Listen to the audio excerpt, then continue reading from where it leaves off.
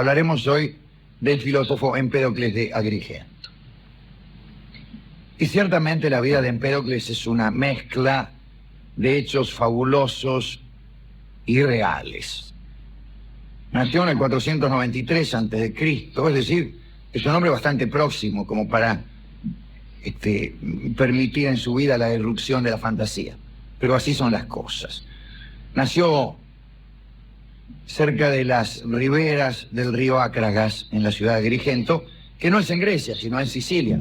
Pero en aquel tiempo, Sicilia era también Grecia.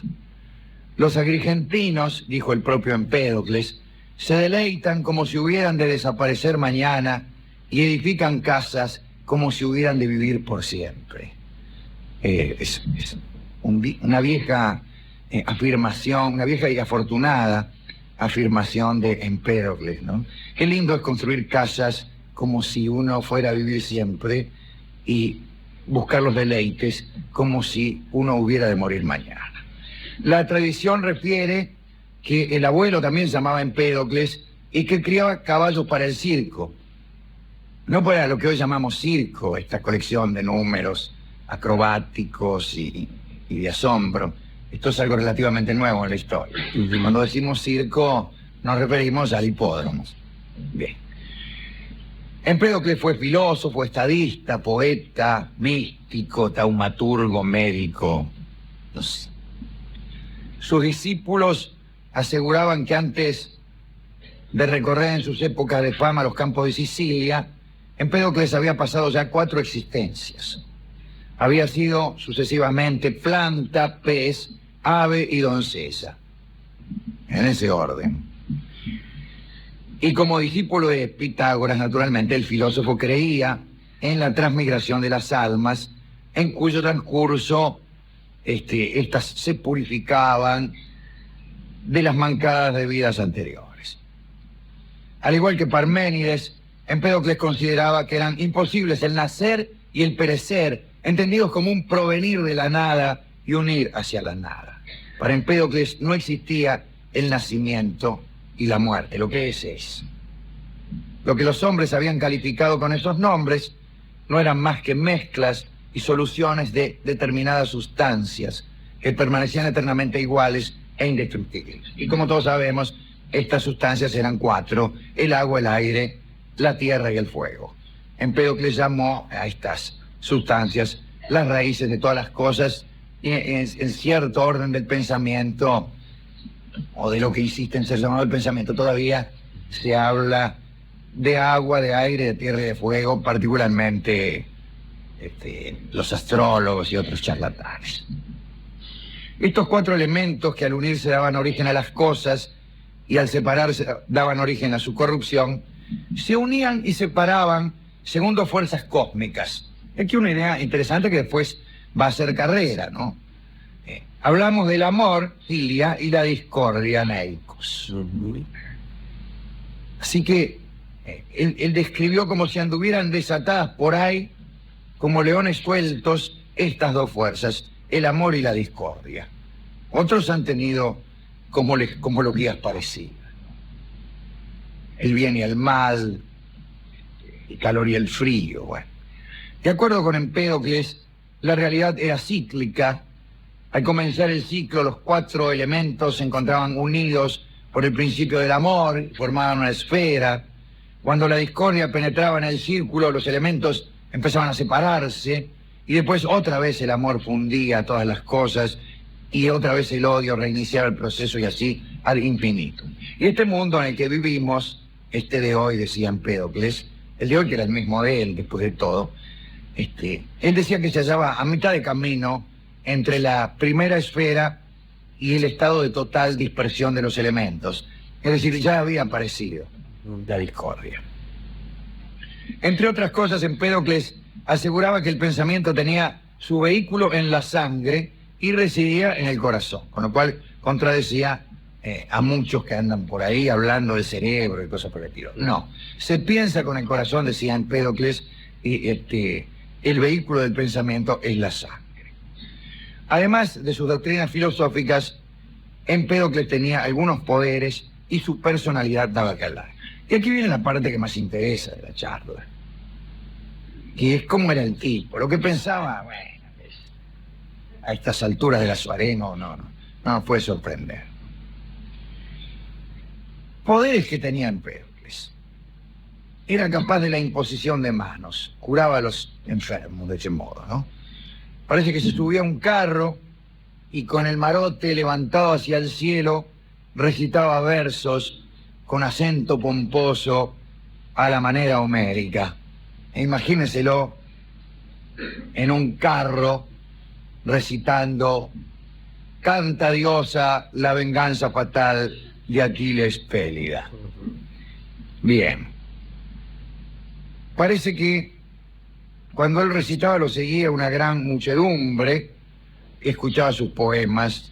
Los hombres venían de todas partes al encuentro de Empédocles, venían con los cargados de ofrendas y de obsequios. Empédocles llevaba un manto púrpura, pelo largo y unas sandalias doradas, el mejor estilo de la década del 60. Y así, semejante a un rey, caminaba, incluso llevaba una corona de oro, mientras los pitagóricos, de los cuales se había separado, andaban envueltos en túnicas de lino y calzados con sandalias de papiro. Eran mucho más humildes los pitagóricos. Se decía que Empédocles tenía el poder de sanar la legaña, de disolver los tumores, de sacar los dolores del cuerpo. Incluso le suplicaban que así quisiera cesar las lluvias, las tormentas o las inundaciones, aunque no me imagino inundaciones en Grecia, por el carácter breve y torrentoso de los ríos. Este es un país muy montañoso, ¿dónde se va a quedar el agua? Pero bueno, qué sé yo. Digo, más de una vez conjuró tempestades desde la cima de una colina. Tipo, ponía ahí y ea tempestad aur, y la tempestad amainaba. Una leyenda dice que un día en Celizonte ahuyentó una peste de fiebre que asolaba aquel lugar. Sin embargo, ya que hablamos de Sicilia, desconocedor como soy de la geografía de esa isla, bien podría ser que allí pudiera registrarse algún tipo de inundación. Pero bueno, no es esto un tema, no vamos a hablar de temas de hidrografía. Parece que en Celizonte ahuyentó una peste. Celizonte, peste. Y él desvió el curso de 2 ríos y los hizo desembocar en un tercero. Y entonces eso limpió todo el lugar y se llevó la peste. Y las pestes de aquel entonces eran más llevaderas que las actuales. Parece que los habitantes de Celizonte lo adoraron, le levantaron un templo y acuñaron medallas con su efigie de un lado y la de dios Apolo del otro. Cara Apolo, seca Empédocles. Otros dicen que era adivino. Parece que había aprendido esa práctica en Persia. Generalmente se aprendía la magia en Persia o en Caldea, o en lugares que a los griegos les parecían Persia o Caldea.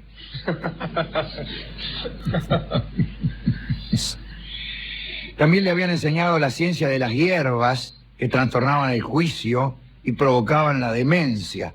Esta ciencia que los griegos tuvieron y que tanto sedujo al reputado helenista Robert Graves, que habla de este manejar de hierbas y hongos, particularmente en aquellos oráculos en donde esas sustancias alucinógenas tenían poder tanto para el oficiante como para el suplicante. Un día en casa de un tal Anquitos. Anquitos es un buen nombre para ser el dueño de la casa. Un día en la casa de Anquitos, se llamaría Ancos, ¿no? Un hombre se precipitó sobre Empédocles con la espada en alto.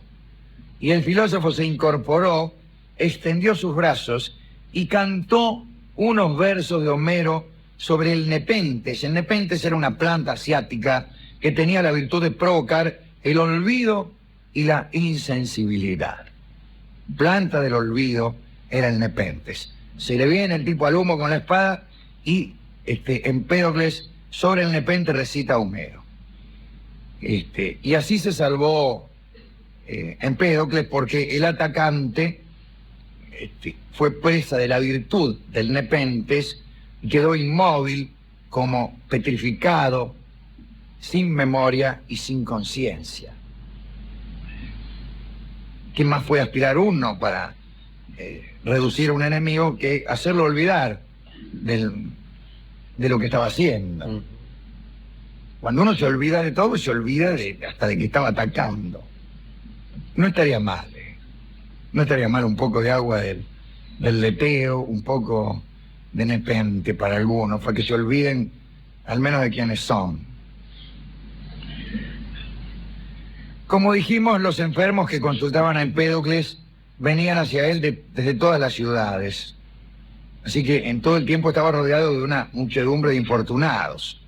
Es el precio que ha de pagarse cuando uno tiene los poderes que tenía Empédocles. Las mujeres no tardaron en sumarse a este séquito.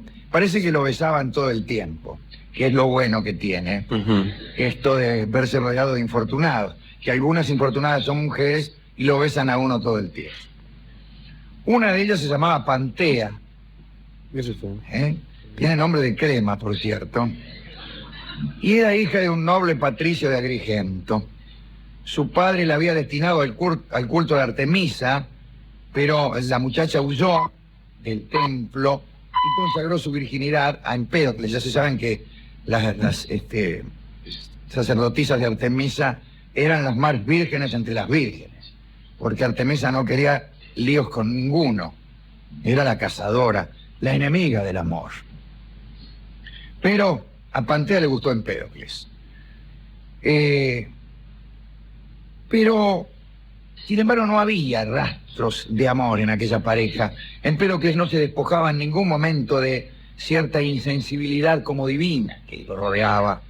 No profería palabra que no fuera en el metro épico, en el dialecto jonio, aun cuando el pueblo y los atorrantes que lo seguían solo se servían del dórico. Todos sus gestos eran sagrados. Cuando condescendía a inclinarse sobre los hombres, era únicamente para bendecirlos o para sanarlos. La mayor parte del tiempo en realidad permanecía silencioso. Nunca nadie consiguió sorprenderlo dormido. Lo que no quiere decir que no durmiese. En cuanto a Pantea, iba vestida como una reina, con un tisú de oro. Parece que era de cuerpo hermoso y esbelto. Por ahí, súbitamente, vino un viento de Asia que trajo la peste a la campiña siciliana y murieron cientos de hombres y todo el ganado. Y la hermosa Pantea fue también presa del mal. Cayó a los pies de Empédocles, dejó de respirar, los que la rodeaban levantaron el cuerpo, quisieron reanimarla con vino, aromas, especias, pero no pasó nada. Bueno, abreviaremos esto. Empédocles la resucitó. No voy a crear un suspenso. La miró un instante, sacó la corona, un momento en que todos gemían. La resucitó. Una muchedumbre asistió a esa resurrección. Parece que Empédocles demostró allí que tenía potestad sobre la muerte, o al menos eso dicen. O al menos eso dicen que decían. El caso es que el tipo el papá de Pantea, este hombre adinerado, al saber lo ocurrido, adoró a Empédocles. Por orden suya se levantaron mesas a la sombra de los árboles a fin de ofrecerle libaciones y sacrificios a su yerno. Pero un día, un esclavo justamente del papá de Pantea contó lleno de espanto que había visto un fulgor rojo sobre la cumbre del volcán Etna. Y que lo habían visto en Empédocles caminar en aquella dirección. Los amigos, los fieles del filósofo escalaron las laderas del volcán y sobre el reborde de lava que circundaba el cráter se encontró una sandalia de Empédocles retorcida por el fuego, la famosa sandalia de oro del amigo Empédocles. Era el año 433 a.C. y parece que el hombre había decidido arrojarse allí para no morir como los ciudadanos vulgares. Creyéndose poseedor de un destino impar, quiso tener también una muerte impar y así murió. Me dirán algunos amigos escépticos, deben ser mentiras, mirá si va a resucitar a la novia, mirá si se va a tirar a Lena, por ahí dejó la sandalia y salió rajando para otro lado. Bueno, no lo sé, no lo sé. De todos modos, habrá de convenirse que la parte, digamos, mítica de la vida de Empédocles es mucho más atrayente que su escueta filosofía, o su cosmología, o su cosmovisión. ¿A quién dedicar esta semblanza del amigo de Agrigento? Pues a él mismo. Y es raro que no hayamos hablado de él en todos estos años, más que lateralmente, particularmente cuando queríamos hablar de los 4 elementos, ¿no? Cada vez que en la feria uno dice los 4 elementos, nunca falta uno que le mencione Empédocles. Entonces se lo dedicamos a él, pero también a Pantea, a su novia, ¿no? A su especie de novia, la cual no sé si habrá sido tan feliz, porque si el hombre no condescendía al gesto amoroso, sino que siempre hablaba yámblicos y en hexámetros, y siempre tenía un gesto solemne y permanecía silencioso, bueno, no le habrá pasado muy bien que digamos la pobre Pantea, pero siempre conviene tener un novio que la resucite a uno. Después de todo, yo creo que no otra cosa, si se me permite la metáfora de 3 pesos, es el amor que una especie de procedimiento de resurrección. El amor resucita, y más de una vez. El buen amor nos resucita cada día, cada día. Así que también a Pantea y al papá de Pantea, que se llamaba Piscianactes. No lo quise decir antes para no producir la huida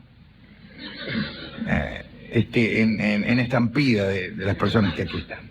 Piscianactes se llamaba el suegro de Empédocles. Eran personas como las de ahora, que elegían los nombres más para sorprender a los vecinos que para designar adecuadamente a los hijos.